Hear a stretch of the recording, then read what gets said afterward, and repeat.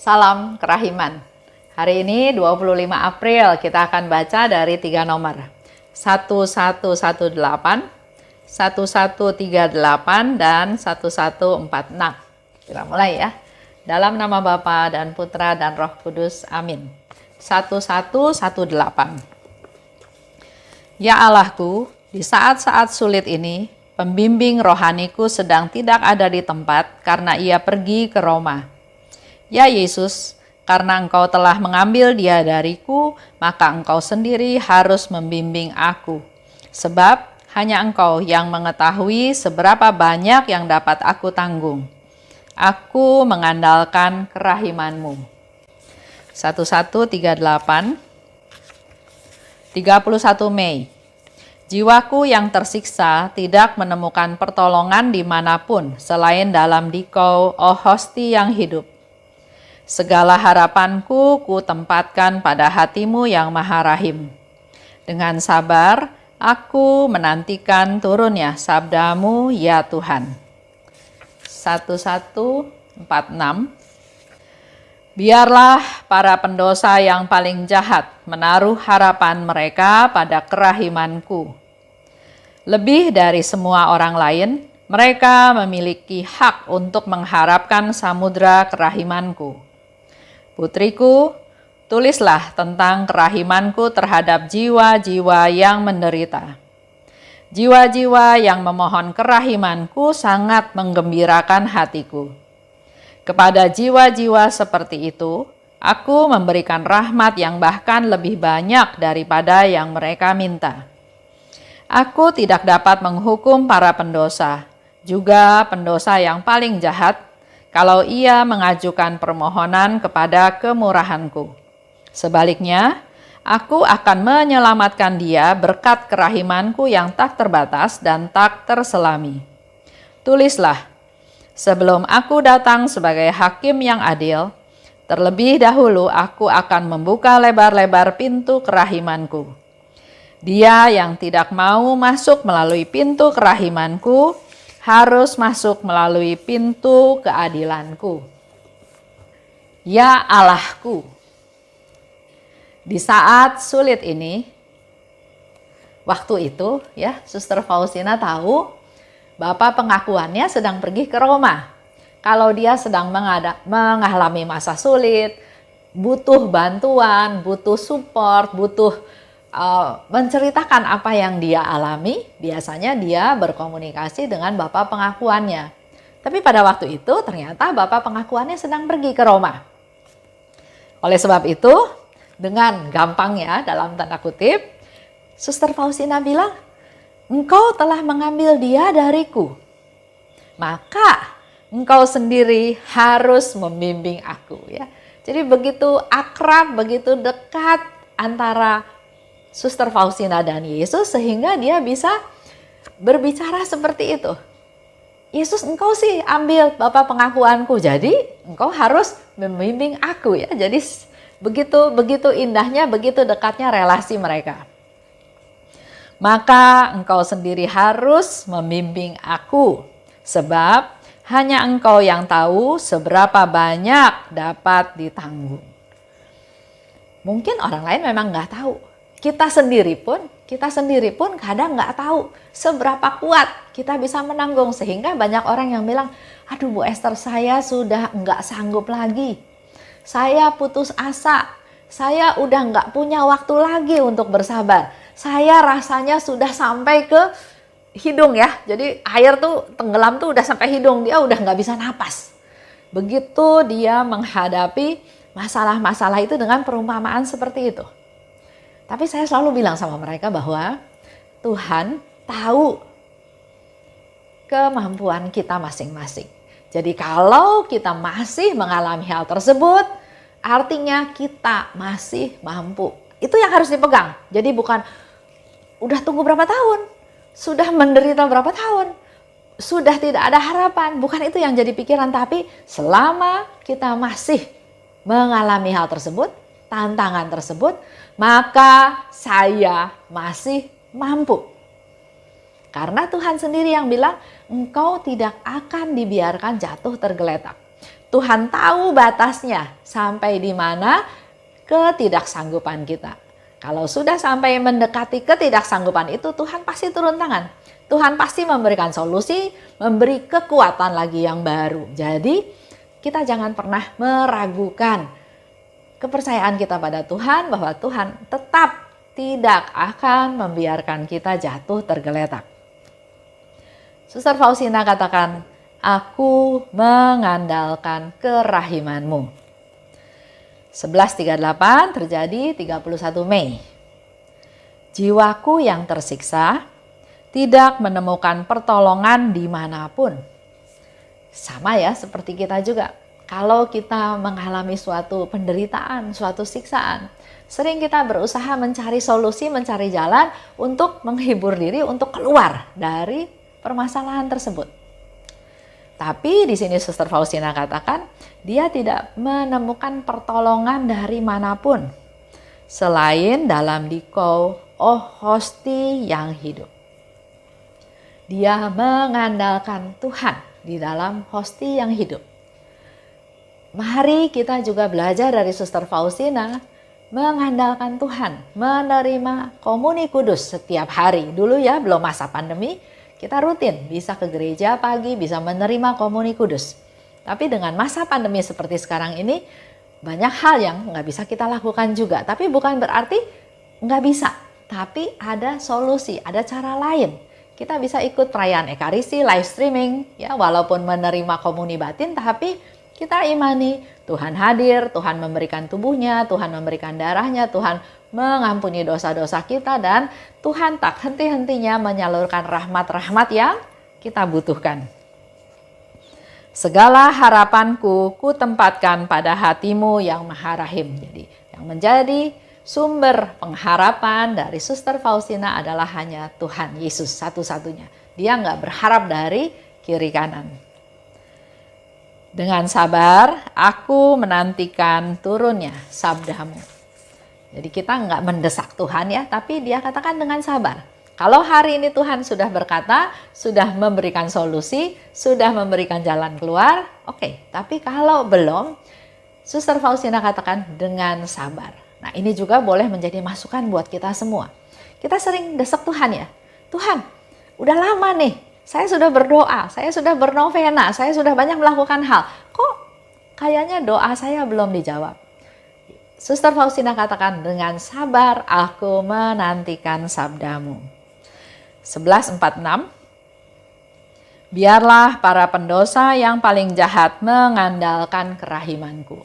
Kembali lagi Yesus memberikan suatu sarana, suatu solusi untuk orang yang paling jahat pun dia tetap memberi kesempatan untuk bertobat, untuk menjadi orang yang baik, orang yang benar, yaitu dengan cara mengandalkan kerahimanku.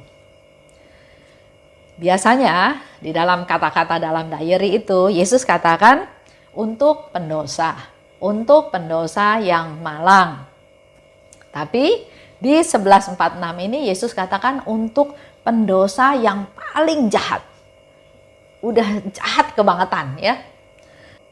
Mereka juga mempunyai hak.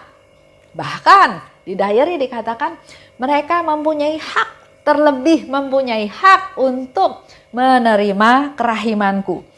Jadi mereka punya hak yang lebih dulu. Jadi kalau saya suka gambarkan, kita ke dokter, ambil nomor kan untuk masuk ke ruang periksa dokter berdasarkan urutan nomor. Kalau saya sakit flu, saya dapat nomor 1. Tapi kemudian datanglah orang yang sakit parah, ya udah berdarah-darah. Dia dapat nomor 10. Apakah suster itu akan panggil saya karena saya nomor 1?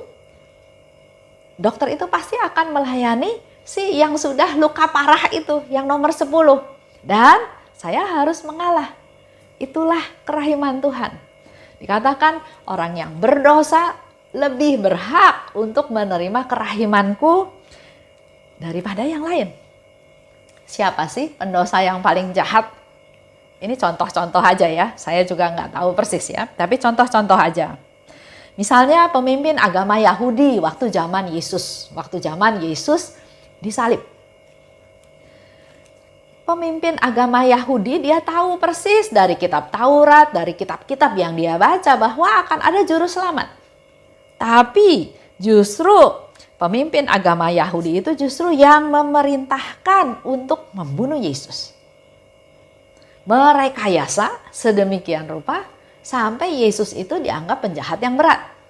Dianggap menghujat Allah dan harus disalib. Padahal mereka tahu juga aturannya ya, bahwa mereka itu nggak boleh membunuh. Tapi justru melalui tangan mereka, mereka membunuh. Contoh lagi, orang yang paling jahat misalnya, itu putih. Tapi dia katakan itu hitam, karena untuk kepentingan dia. Atau sebaliknya, itu hitam, dia katakan enggak, itu putih. Karena kalau dia sebut putih, maka itu menguntungkan dia. Nah itulah sebetulnya orang-orang yang paling jahat. Mereka sadar yang mereka lakukan itu salah. Tapi egonya, kesombongannya, kekuasaannya, itulah yang menyebabkan dia bisa memutarbalikkan fakta seenaknya. Mari kita berdoa buat mereka supaya mereka sadar bahwa mereka itu jahat. Supaya mereka bertobat dan mengandalkan kerahiman Tuhan. Karena dengan kejahatan mereka, begitu banyak orang yang jadi korban. Karena pemutarbalikan fakta tersebut. Putriku, tulislah tentang kerahimanku terhadap jiwa-jiwa yang menderita. Tadi jiwa-jiwa yang paling jahat. Sekarang Yesus juga peduli pada jiwa-jiwa yang menderita. Orang yang jahat dan berdosa itu sebetulnya adalah jiwa-jiwa yang menderita juga. Dan Yesus nggak mau kalau mereka itu terus menderita, terus tersiksa. Pada waktu dia bohong, putih dibilang hitam atau hitam dibilang putih, apakah hati nuraninya enggak menjerit? Apakah hati nuraninya enggak menuduh dia? Kamu tahu itu hitam, kenapa bilang putih? Kamu berdosa, kamu merugikan orang lain, kamu membuat orang lain menjadi harus mengalami banyak kerugian-kerugian. Suara hati itu ada. Artinya, orang-orang seperti itu adalah orang-orang yang menderita, yang hidupnya enggak damai, enggak tenang. Jiwa yang memohon kerahimanku dalam doa sangat menggembirakan hatiku. Kita bisa mohon pada Tuhan, Tuhan beri aku kerahimanmu. Ya, dalam doa yang kita panjatkan. Misalnya dalam doa Bapa kami. Doa Bapa kami adalah doa mohon kerahiman Tuhan. Ampunilah kesalahan kami Tuhan. Jangan masukkan kami ke dalam pencobaan. Berilah kami rezeki Tuhan. Kita mohon kerahiman Tuhan. Kepada jiwa-jiwa seperti itu, aku akan memberikan rahmat yang bahkan lebih banyak dari yang mereka minta.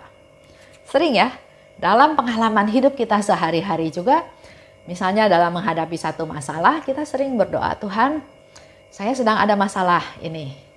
Mohon rahmat-Mu berikan saya solusi supaya masalah ini bisa diatasi.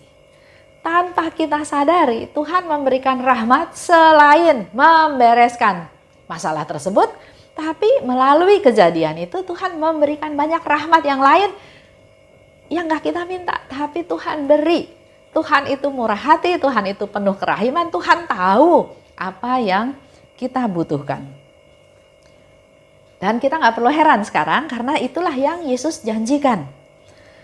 Aku akan memberikan rahmat yang bahkan lebih banyak daripada yang mereka minta. Aku tidak dapat menghukum para pendosa, juga pendosa yang paling jahat, kalau ia mengajukan permohonan kepada kemurahanku.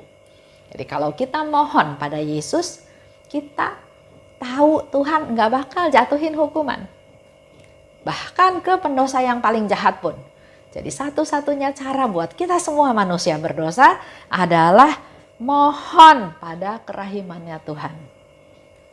Sebaliknya, kalau kita mohon kerahiman Tuhan, walaupun kita berdosa, walaupun kita termasuk yang paling jahat, aku akan menyelamatkan dia. Berkat kerahimanku yang tak terbatas dan yang tak terselami. Itulah janji Tuhan. Kita akan diselamatkan.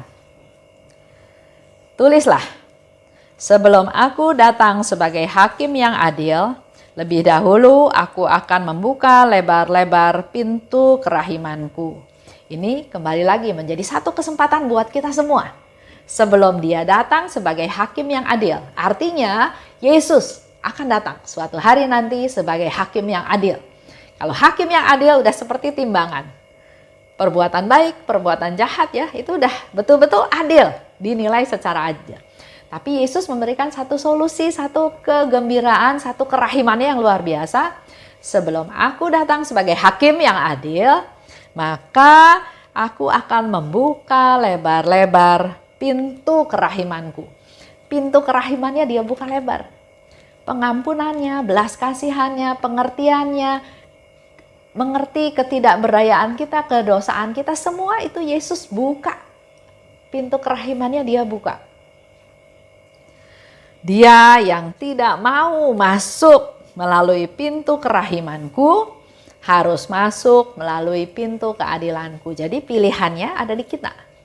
Apakah kita mau masuk ke pintu kerahiman Tuhan melalui Allah yang Maha Rahim, yang begitu mengasihi kita, menyayangi kita, atau kita menunda, nanti aja, tunggu pintu keadilan. Silahkan, kita punya kehendak bebas, dan kehendak bebas itu Tuhan hargai, kita silahkan pilih. Tapi Yesus sudah kasih tahu konsekuensinya kalau kita masuk ke pintu kerahiman atau kita masuk ke pintu keadilan. Mari Bapak Ibu semua, kita sudah diberi pilihan apakah masuk ke pintu kerahiman atau masuk ke pintu keadilan.